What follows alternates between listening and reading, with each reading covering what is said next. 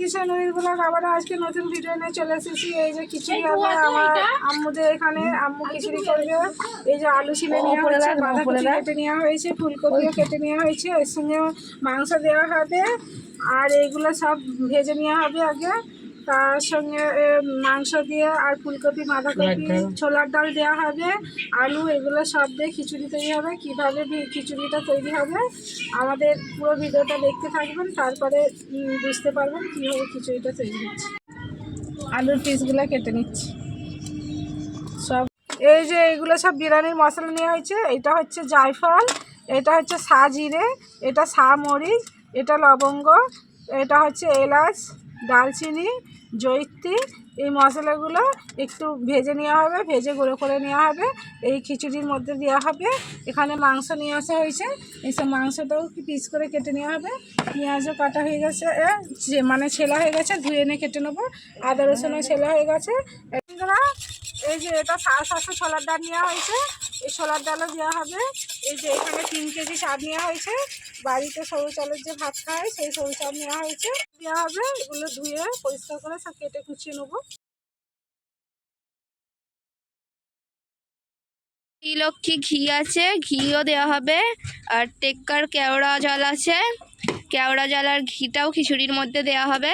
চাইলে নেওয়া হয়েছে বন্ধুরা, কড়াই বসিয়ে দিচ্ছি। মশলাটা প্রথমে ভেজে নেবো, মশলাটা ভাজা হয়ে গেলে তারপরে সব এগুলো ভেজে নেওয়া হবে। আলু, কপি, ফুলকপি, বাঁধাকপি, এগুলো সব ভেজে নেওয়া হবে।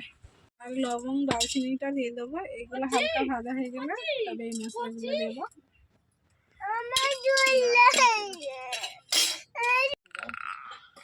জায়ফল দিয়ে দিয়েছি, তারপরে দিচ্ছি মরিচ দেবো, জয়িত্রী।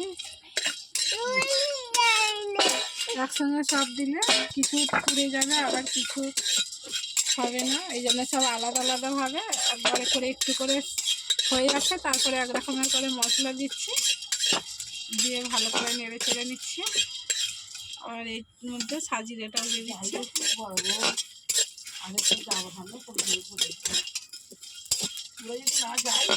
মশলাটা ভাজা হয়ে গেছে, ঢেলে নিয়েছে একটা জায়গার মধ্যে। ফুলকপিটা ভাজার জন্য কড়াই সাদা তেল দিয়ে দিচ্ছে, ফুলকপিটা ভেজে নেবে। তেলটা গরম হয়ে গেলে তেলের মধ্যেই হলুদটা দিয়ে দিচ্ছি ফুলকপিটা ভাজার জন্য। ফুলকপিটা তেলের মধ্যে দিয়ে দিচ্ছি,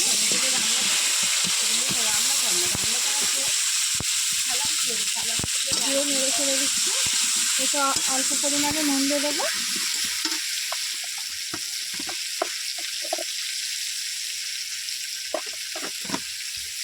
ভালো করে একটু ভেজে নেবো। আমার কপিটা পুরো ভাজা হয়ে গেছে, লাল লাল করে ভেজে নিয়েছি। এবার কপিটা ঢেলে নেবো। ভালো করে গুঁড়ো করে নিচ্ছে। ফুলকপিটা ভাজা হয়ে গেছে, ফুলকপিটা একটা জায়গার মধ্যে ঢেলে দিচ্ছে। দিচ্ছি বাঁধাকপিটা ভাজার জন্য, বাঁধাকপিটা ঢেলে দেবো। বাঁধাকপিটা ঢেলে দেবো, দেবো পরিমাণ মতো নুন দিয়ে দেবো।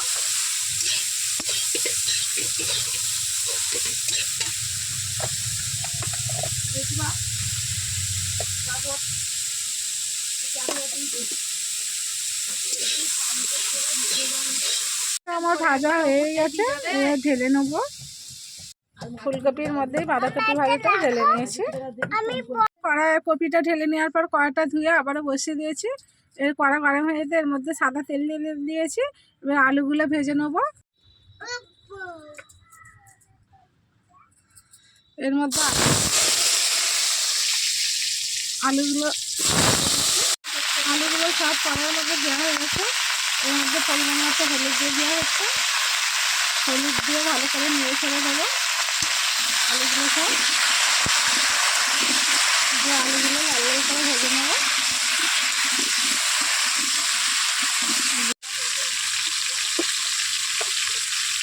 এতে পরিমাণ মতো নুন দিয়ে দেওয়া হচ্ছে।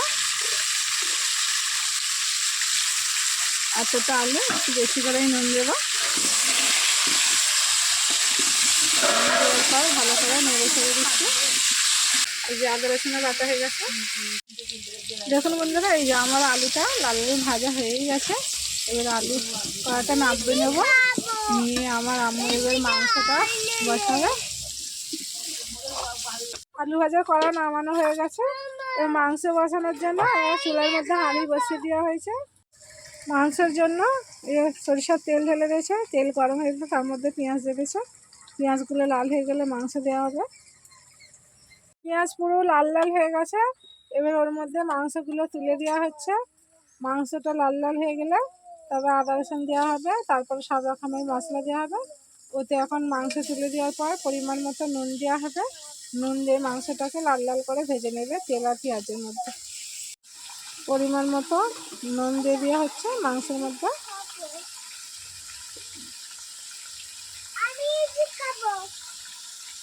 নুন দেওয়ার পর ভালো করে নেড়ে চেড়ে দেবো। নুন আর তেল পেঁয়াজের মধ্যে মাংসটা লাল লাল করে নেব,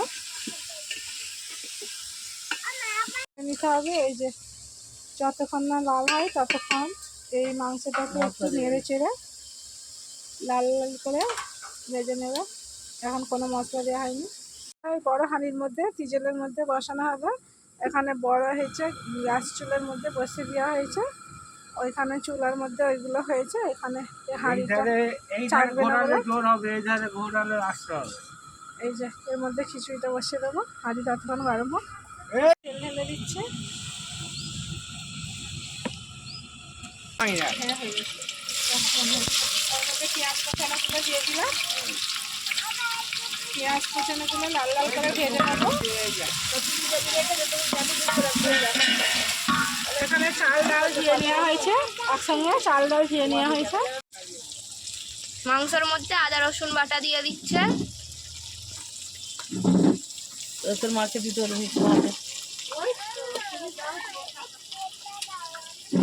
অল্প করে একটু পানি দিয়ে দিচ্ছে। ভালো করে মাংসের সঙ্গে আদা রসুন বাটাটাকে ভেজে নেবে।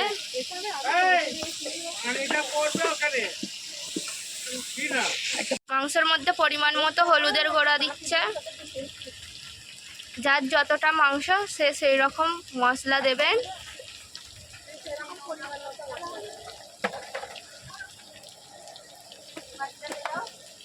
লঙ্কার গুঁড়া দিচ্ছে।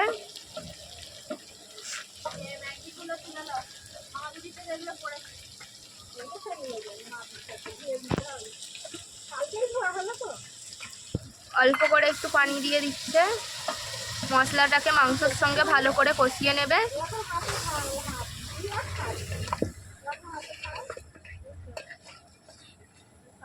ধনে আর জিরের গুঁড়োটা দিচ্ছে মাংসের মধ্যে, দিয়ে ভালো করে সব মশলাগুলো কষিয়ে নেবে মাংসের সঙ্গে। লাল লাল হয়ে গেছে, এই যে লাল লাল কালার হয়ে গেছে, ওর মধ্যে আদা রসুন বাটাটা দিয়ে দেবো।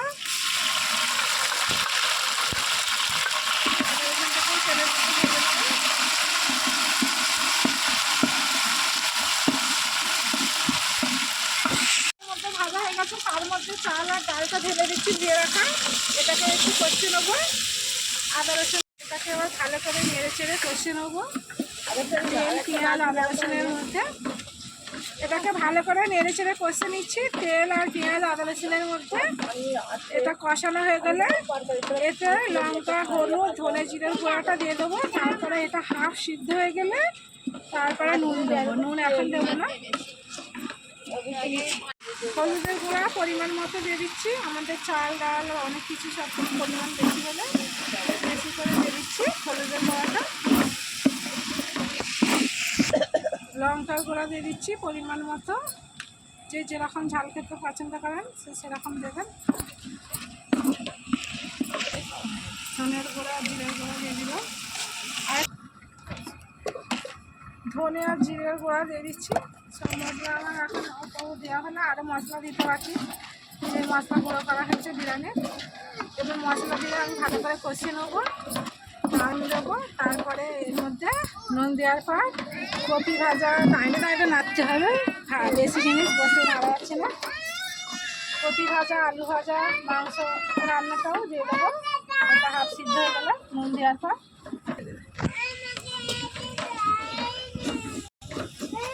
একে মশলা দেওয়ার পরে আমি ভালো করে কষে নিচ্ছি। অল্প অল্প পানি দিয়ে কষাতে হবে, নাহলে নিচে হাঁড়ি চুঁয়ে যাবে, সব মশলা ধরে নেবে হবে, নাহলে তলায় বসে যাবে মশলাগুলো। হয়ে গেছে, এবারে পরিমাণ মতো পানি দিয়ে দেবো।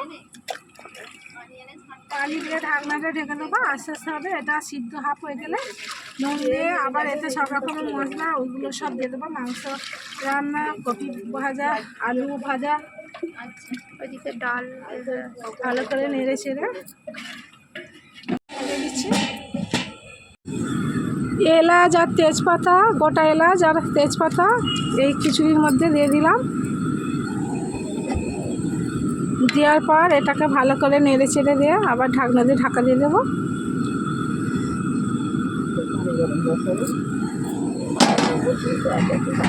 ঢাকনা দিয়ে ঢাকা দিয়ে দিচ্ছি। পরিমাণ মতো নুন দেওয়া হচ্ছে।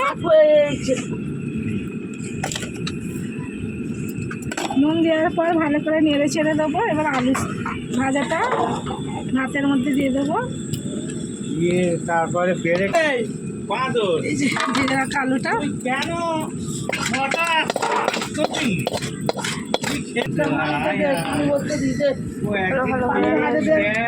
আলুগুলো ভালো করে নেড়ে ছেড়ে দিচ্ছি। দিয়ে আলুটা হাফ সিদ্ধ হয়ে গেলে কপিগুলো দিয়ে দেবো, ঢাকা দিয়ে দিচ্ছি।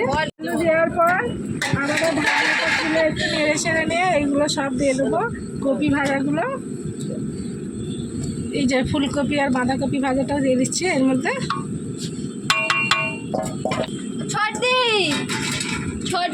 হচ্ছে ধনে পাতা কোচানো দিয়ে দেবো।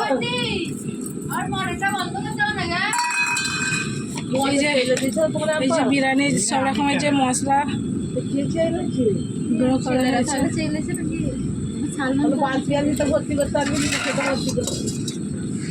মশলা গুঁড়োটাও দিয়ে দিচ্ছি এর মধ্যে।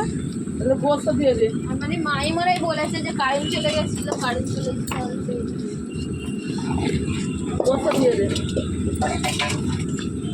দেওয়ার পর ফুলকপি বাঁধাকপি দেওয়ার পর মশলাগুলো দিয়ে দিলাম। মশলাগুলো দেওয়ার পর নেড়ে ছেড়ে দিচ্ছি ভালো করে। এর মধ্যে এবার মাংস রান্নাটা দিয়ে দেবো।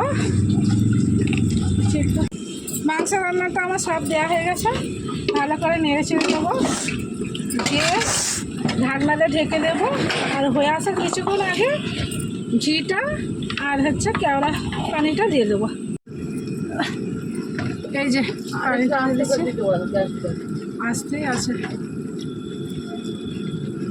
বেশি দিলে আবার সব ছাড়বে। সব কিছু দেওয়ার পর নেড়ে ছেড়ে হচ্ছে নিচেতে বসে যাচ্ছে বলে এনে আগুনের মাছে বসে দেওয়া হয়েছে চুলার মধ্যে।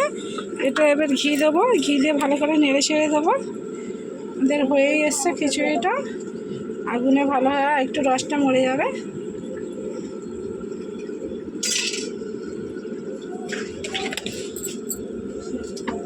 ঘিটা দেওয়ার পর একটু ভালো করে নেড়ে ছেড়ে নেবো, সব কিছুর সঙ্গে মাখিয়ে দেবো ঘিটা।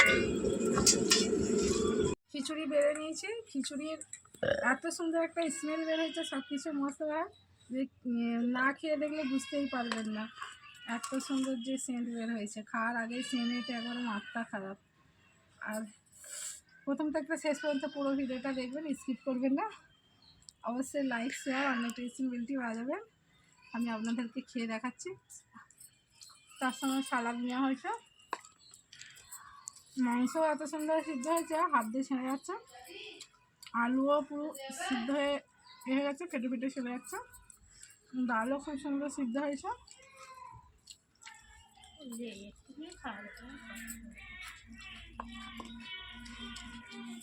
অবশ্যই অবশ্যই আপনারা এইভাবে সেন্টেশন করে খাবেন, খেয়ে দেখে কমেন্ট করবেন অবশ্যই। আজকের ভিডিও এখানকার মতোই শেষ হলো। আবার নতুন ভিডিও